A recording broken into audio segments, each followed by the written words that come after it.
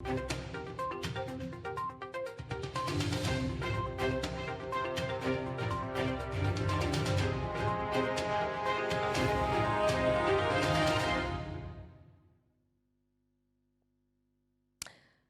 right, welcome back. It's still the Ballot on News Central Television. I am Adebola Adebola. And I'm Osarogie, and welcome back. We, of course, continue with the conversations this evening. Of course, share with you what the latest are in Kogi, Bayelsa, and Imo State, where we're, of course, still following up with the off-cycle elections. But, of course, we've had, analysts join us the whole of today. We are now going to be joined by Perpetua Peters, who, of course, is a part of the News Central team, to share with us, of course, further details and a further breakdown of the statistics on these three states. Good evening, Perpetua. Good evening. Good to be here with you. Okay. All right. Just like you said, anyway, I know that some of the results are already hitting IREV on INEC portal. You can see some of the results are up there being uploaded. You can view all of them.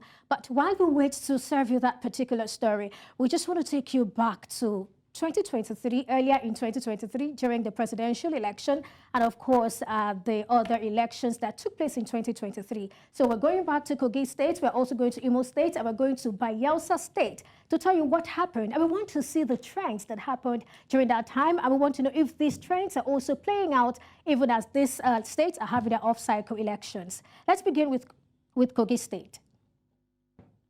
So when we look at what happened in Kogi State during the presidential election, we would see that there is a particular trend here of the three parties, of the three major parties, definitely. We had APC, PDP, Labour Party. During the presidential election, APC, of course, had 52% of the votes, while PDP had 31% and Labour Party had 12%. The question is, will this trend continue? Well, let's move on to some other things that happened in Kogi State earlier in the year.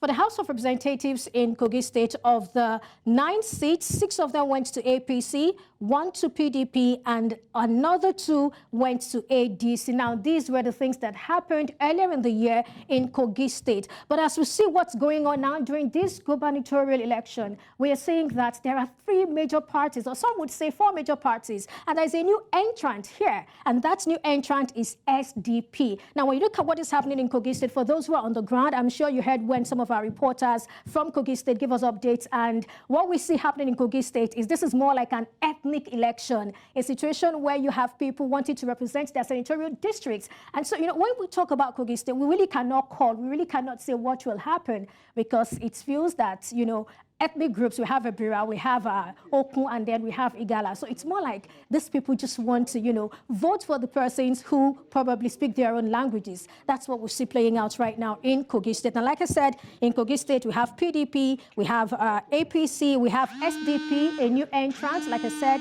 who wasn't here before now, and we also have the ADC. That's for Kogi State. Let's see what's happening in other states, maybe Bayelsa State now. All right, so for Bayelsa State, this is what we have in Bayelsa State. For the senatorial seat, there were 3 of them, and PDP clinched all 3.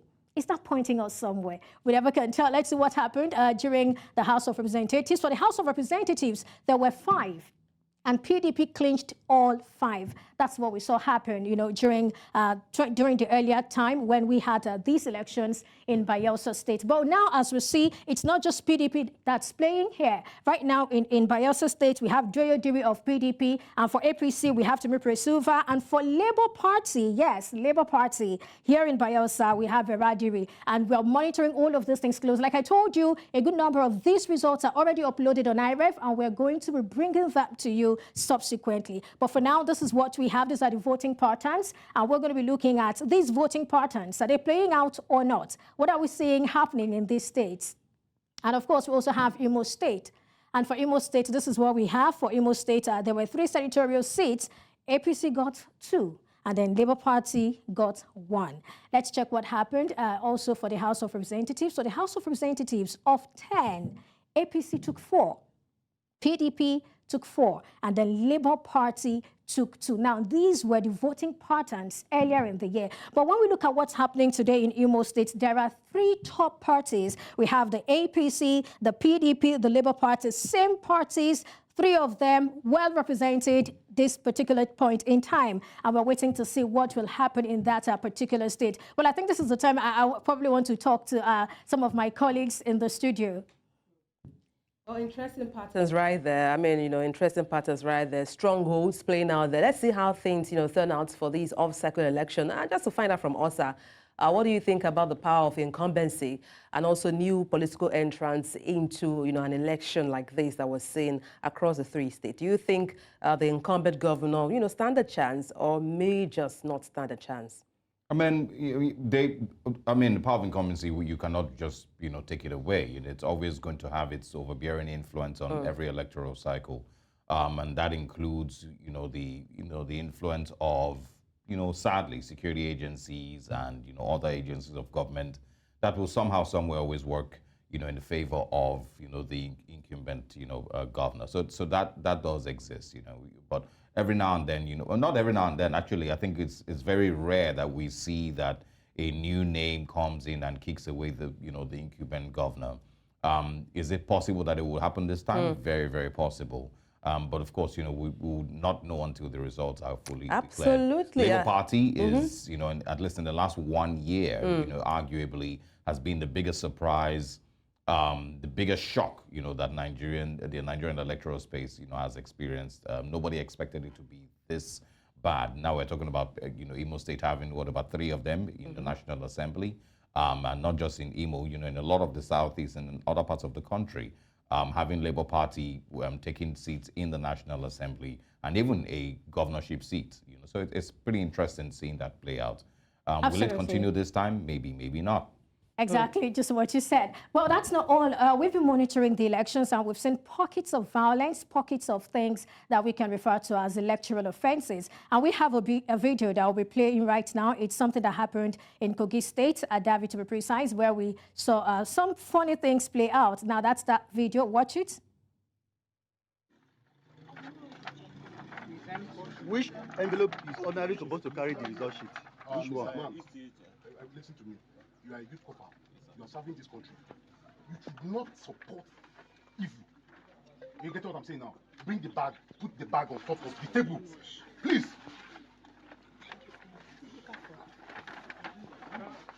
How much are you going to be? How much are they going to pay you that you do this?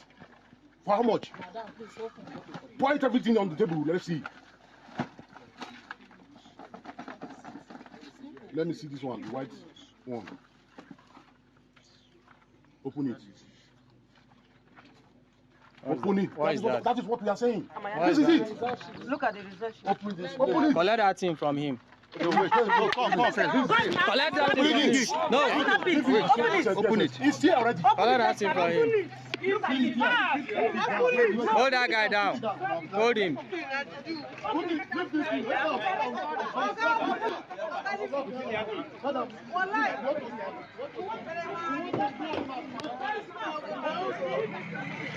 Don't beat anybody. Yes, it's filled. It's filled. Get him down.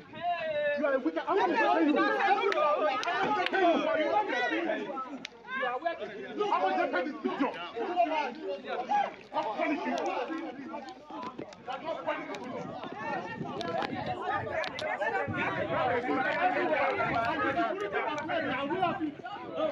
are going to put this in all the first sheet that where is this guy?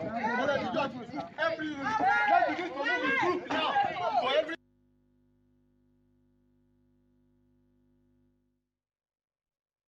There you have it. That's some sort of video that's quite disturbing. I mean, we've been hearing stories of filled ballot boxes, but that is an example of what really went on. Now, imagine that those guys were not there. What would have happened?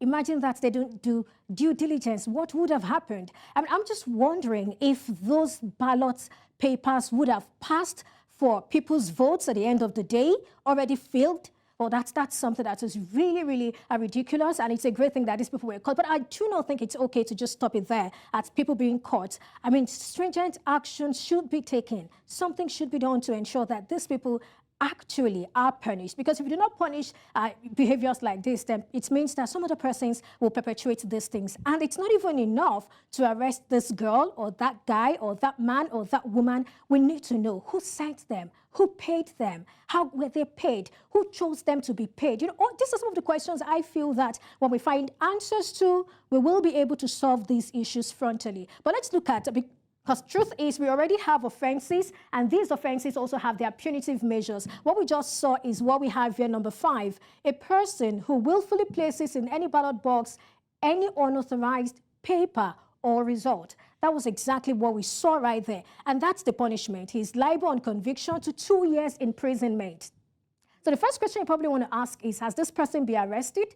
Or have these people been arrested? If they have been arrested, who were the people who empowered them? Who gave them the, who told them to do these things? These are some of the questions we need to ask, and we need answers to these questions. And that's not the only thing, really. A lot of things have happened, and if we start showing some of those videos, that might take a lot of time. But let's get back to some of the things we've noticed today, and that also talks about a person who gives voters money to vote for or refrain from voting for a candidate. We saw this happen in Imo State, where a particular woman was sitting somewhere and people were voting, going to her, she was giving them money. We have that on tape. The question is, what has INEC done about this? Or what are the security agencies doing about this? Because Adebola, that's the Commissioner of Police, categorically said that anyone who is caught doing any of these electoral offenses will definitely have to go through, the law and all of that. We hope that happens, and we hope that these things are addressed. So for any person who gives voters money to vote and all of those things, that person is liable to certain things. And this is also for a person who snatches or destroys election materials. We saw this particular one happen in Dekina, and then this was what will happen to that person. That person is liable on conviction to 24 months imprisonment. I think it's important to put these things out there so that people will know, the action or what will follow, whatever action, they are probably, whatever it is they are doing on the field. Do you want to say something? Yeah, I wanted to, just mention, for the record that, it was in the news about 4 days ago that there was a little delay with the prosecution about 197 persons that committed electoral crimes in the 2023 elections in February. So, while, we're waiting for those cases to be fully prosecuted, and we'll see where they end and see who gets 24 months or the 12 months or fines or prison time, then we can, of course, add these ones to the list of those people. But, there has to be a reason, a lot of people don't, or still don't have that much of a fear with committing electoral offenses, even when we know that people are being prosecuted. Yeah, sorry to cut you short, Osarogie. I understand we have Nii Omoni on standby. Let's cross over live to where Nii is and get an update of what is happening right there. Nii, good evening.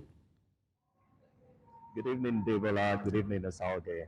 Yes. How has things, unfolded where you are? Can you repeat that? Okay, I was asking how events have panned out so far, right where you are. Well, before that, we would say the people who are suppressed are the electorate, but in this case, we think that even INEC officials and their other staff are also suppressed. We're also suppressed during this election. And from our monitoring and observation, we can tell that a lot of vote buying actually occurred. While the violence in Imo State might not be at par with those in other states like Bayelsa and Kogi, as we've seen on the news or that has been reported, there's equal share of its own pockets of, little bit of anky-panky there, but mostly vote buying, because it's by not only party agents, but also electorate of parties trying to induce electorate with 10,000 naira, 5,000 naira. Some saying, in fact, there was a woman who spoke in indigenous language saying that they offered her 10,000 naira, but that she refused, that she won't vote that party because her pension has not been paid and so many things, and she wants a change for Imo State. And we also spoke with the aged who, tried to come out of their homes. Very few ones who tried to come out of their homes, because the truth is, if we look at the turnout today, I think they should generate another word or another phrase to describe voter apathy, because trust me, people didn't come out. We were seeing polling unit that had over 900 registered voters and just 20 came out to vote. For polling unit that had over 1,000, just 11 came out to vote. For polling unit that had over 7,700 and something, only 88 came out to vote. Now, these are major concerns. And what we also notice is that in town where there is actually security presence, yes, it's okay. But in villages, in local communities, there are lots of clusters, and the security presence might not be so evident. So it's so easy for those party agents to induce some of these electorates, and of course to want to maneuver, or because most of the INEC officials were actually having serious issues with party agents. I can't count how many polling units we got to, and immediately we got there, the INEC officials were like, "Oh, thank God," because the presence of the press was actually was what helped curtail what the party agents were doing. In fact, at some point, and some of the polling units we went to, especially the one at Owerri West local government, some of the party agents came to meet us and say, "Why are we still here? Now we should go and monitor other polling units. Why are we staying in this particular polling unit?" And I'm like, we can go anywhere to monitor elections. You don't need to tell us to go or to stay. But they know what they were doing, and we stayed there till the voting. In fact, unfortunately for the party that was accused of inducement, they even lost at that polling unit. But these are not the issues. The issues are that there were lots and lots of allegations of vote buying, voter suppression, even suppression of the electoral umpire, officials of the electoral umpires that were there. So these are concerns, and not to mention the voter apathy. It's way too much for this particular election in Imo State. Before we let you go, Nii, I see a beautiful, sunset behind you there. Indeed, it's been quite a day. But how is sorting and counting coming on right there in Imo State?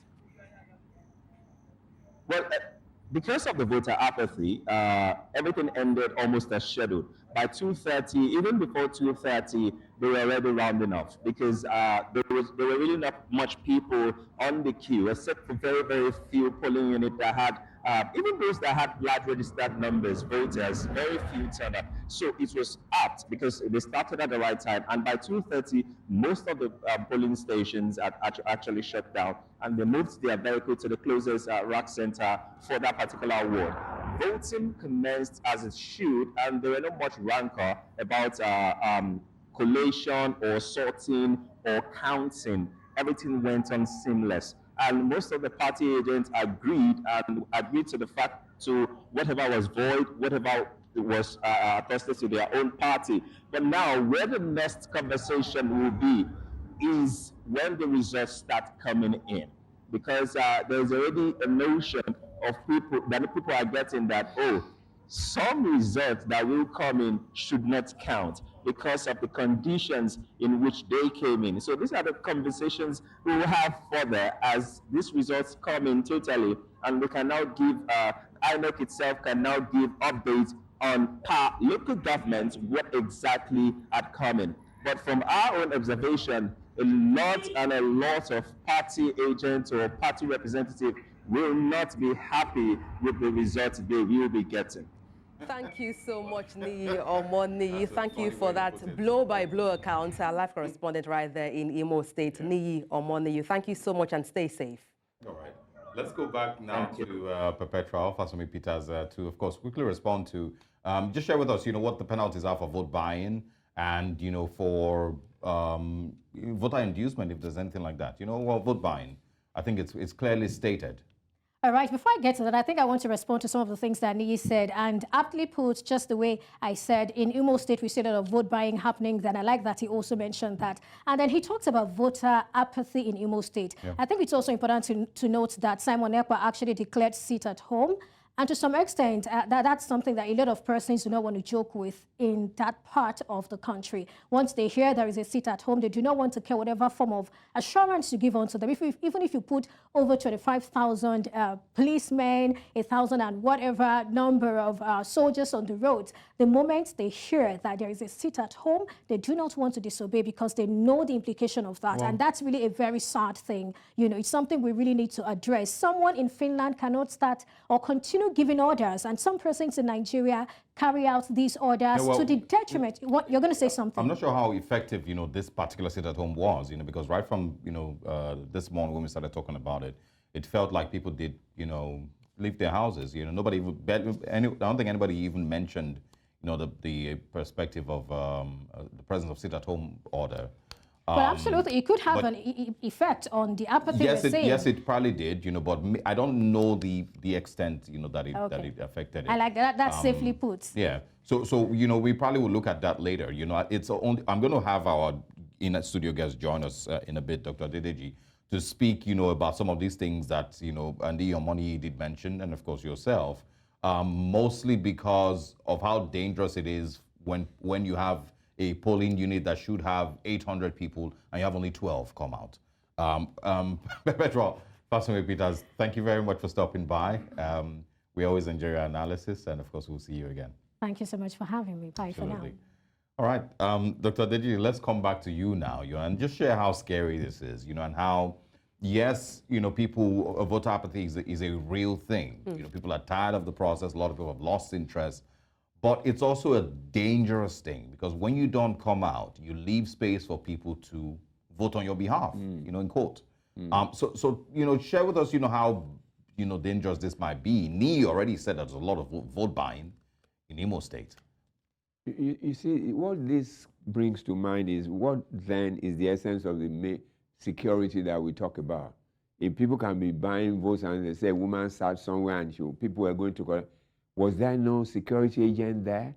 Or how is it possible that these things can be seen by the press and then the security men are not saying it?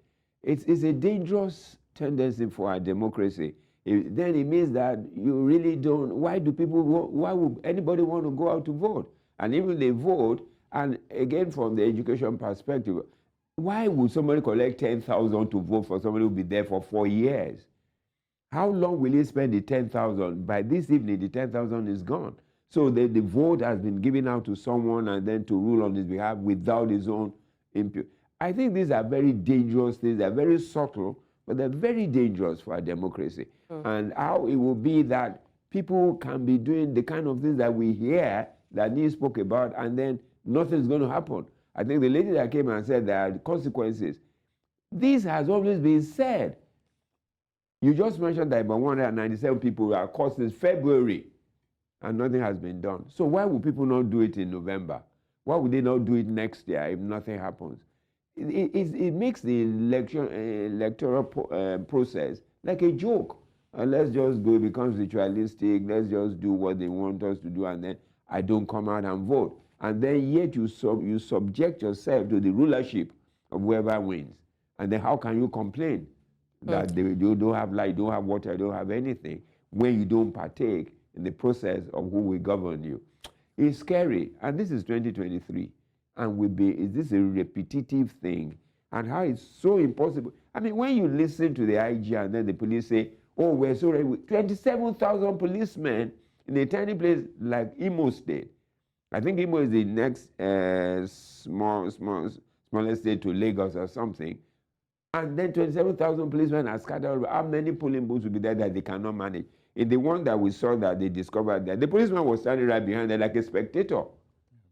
So what then is the basis of putting them there? Let me just quickly reference, what we heard from the analysis Perpetua gave to us, talking about Kogi State, where we see, cases of INEC officials filling, ballot papers. I understand, yes, the election there is keenly contested. We have people like Usman Ododo from Kogi Central, there. We have people like Dino Melaye from Kogi West. We have Motala Ajaka of the SDP from Kogi East. And Kogi East, are reputable to have the highest number of turnout, of voter. They have the highest voting population in Kogi State. But this is still not enough for them, whichever political party, to try to buy their way through by using the INEC officials. What do you think should be the orientation going forward for INEC staff in terms of how they conduct themselves for elections? Dr. Adedeji. You see, one thing we also need to know is that INEC staff are Nigerians. They live within the society. They're a reflection of us. The same INEC man is as poor as the man who is supposed to be helping. So the thing is, as long as we leave ourselves out to greed, and then there's no philosophy of rulership, and there's nothing to look forward to in the dividends of what they call dividend democracy. The man sees it as an opportunity. I'm Mr. Babasa and I can make so much. How many parties do we know give him money? So it depends on who gave the highest, that then will carry the day. For as long as these things are not dealt with and there is no consequence, and INEC sits there and is still allowed, and they say, oh, somebody is ad hoc. How did you get them to work for you? How did they become INEC staff? How did they become ad hoc? Is there any due diligence done, or is it just a month to it and then you put them together? People you don't know their character, you don't know what they stand for, and you don't know their partisanship, and then you put them to go and supervise the election. I think the fault is just in us as a people.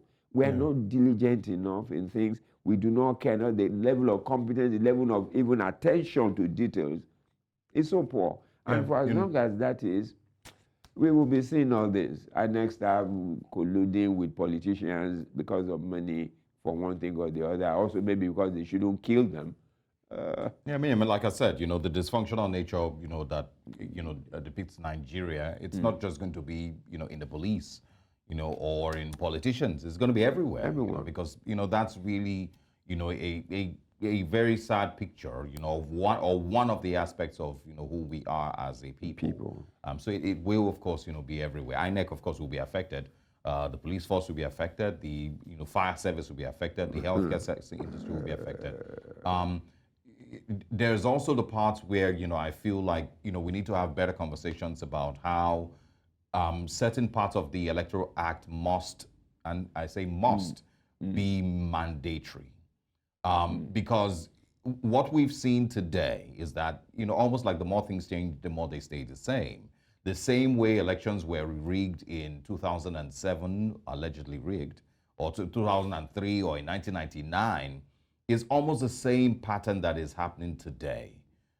If you look at the most rural areas where you have polling units, the villages, the schools, in those places where you do not necessarily have, very enlightened people and video cameras and the likes, these things are still happening. And it's the same way that they were happening back then in 2003 and 2007. And so in what ways can we make the Electoral Act mandatory, that if you do not go through these steps, that vote is invalid and will not be recorded? I mean, it's now INEC's responsibility, along with the National Assembly, if we are, serious about fixing our electoral process. Dr. Adedeji. I think you said the important thing is if we want to. I don't think we really want to. If you look at what has been happening over the years, the same people that should mandate it are the beneficiaries of the decadence. So why would they change it when it benefits them? Look, these things were debated. Some of them were debated, they were withdrawn. Remember before Buhari signed one, there were like 3 versions. One was taken away, one was replaced, and all those. It's all the manipulation. All these things that we think are accidental, ambiguity, they are not, they're deliberate acts, just to muddy the water so that it's not clear. So that that's why lawyers can argue, 4 lawyers can argue on the same point in different areas. And then you'll be wondering, so which one is right? And because of the ambiguity that we introduce for our own benefit, for as long as we don't have men of quality, men of character, who can be in position and say, this I will not do, this is not proper, this is not proper, and this is what it should be. The National Assembly, they will bring these things, they will debate it for ages, and nothing will happen. Because they will begin to look at the self-interest that is involved. How does it, if we do this, will it affect me? How long can I stay in this position? They want to be there forever. So I think it's more of the people. I think some of the things we have been talking all day. The Nigerian electorate, what is his expectation from the government that he wants to vote in, from whoever will lead him? What is his own As long as we don't have expectations, then we leave it to these people to decide the way they will govern us, and then they will do whatever they like. Is it now that we know that these things are there? We talked from the beginning about the you ways. Yeah. We've been talking about it. I remember Agbakoba still spoke about it 2 weeks ago. Yes. We will keep talking about it, and the political will is just not there. And this is explicit what to do. And they're so categorical. Let's do this, let's do this, do that, this. Those things that the Perpetua highlighted, We'll wait another year. By the time Unduanik, we'll be talking about the same thing in Unduanik or Edo. Watch it. Nothing would have happened. Just to cut in there, Dr. Adedeji, retrospectively, looking back in hindsight, I just want you to give us, what do you think INEC should work on going forward? We understand sorting and counting is underway across these 3 states in certain polling stations. But now, looking futuristically, what are the lessons, going forward for INEC that they can make use of for subsequent elections? I think if you look at that, I think INEC is like an omnibus. It's too big as an organization to work in a silo. There are too many things that do not depend on them, that will affect their own efficiency. How do they devolve? Does INEC even say once its area of influence reduced so that it can be more successful? Logistics is not their main responsibility. Why are they carrying it? Security is not. Many of the things that make their work successful do not rest within their ambience to act on. So how will they be? And even the ones that are within them, how do we choose the recs? How do we choose the national commissioners of all those? Some of them today, I hear they're partisan. Yeah. People already complain about the ones that have just been appointed, that many of them are card-carrying members of parties. So what do you expect? Already they are going there to work in the interest of the party or whoever nominated them. There must be a way in which we do these things that we do not allow this thing to interfere. There are people in Nigeria that can do these things without having to belong to parties. And then if they have to be chosen, then you tell them categorically, you cannot be in the party. The moment you're found, you're removed. Well, those things will not work. So INEC needs to sit down itself. Does it do a review after this? Would they do a review that is made public, that people can come, like people like Yaga, people like Kimpad, and they say, these are things we notice. This is how we think you can work at it. INEC will not do it. They will say they do the internal review, then they will blow some grammar, and then come again and then do the same rigmarole. So the thing is INEC itself serious in conducting a free and fair election that can lay a sense to credibility? It's up to them. Oh, well. Time will tell. This is where we draw the curtain. I'm talking about myself and Osarogie anchoring, the election so far. But stay tuned to News Central TV. We have another set of anchors coming to give you live updates and analyses of how the elections have been so far so good. Many thanks to all our guests who have graced our studio and joined us virtually. I'm talking about all our guests so far so good. George Anwayi, Assistant Program Manager, Taft Africa, currently in Imo State, and also Dr. Dokun Adedeji, Public Affairs Analyst, and also Mark Amaza, Senior Communication Officer for Yaga Africa, and also Mr. Femi Adebayo, Senior Program Manager for Kimpat. Thank you all so much for your time on the program, and also all our correspondents in Bayelsa State, Kogi, and Imo State. Thank you all for your live update. My name is Adebola Adediba. Thank you so much for staying tuned. Absolutely. Stay, of course, with News Central Television as we continue broadcasting for the rest of today. And bye for now. I'm Osarogie Ogbonwa.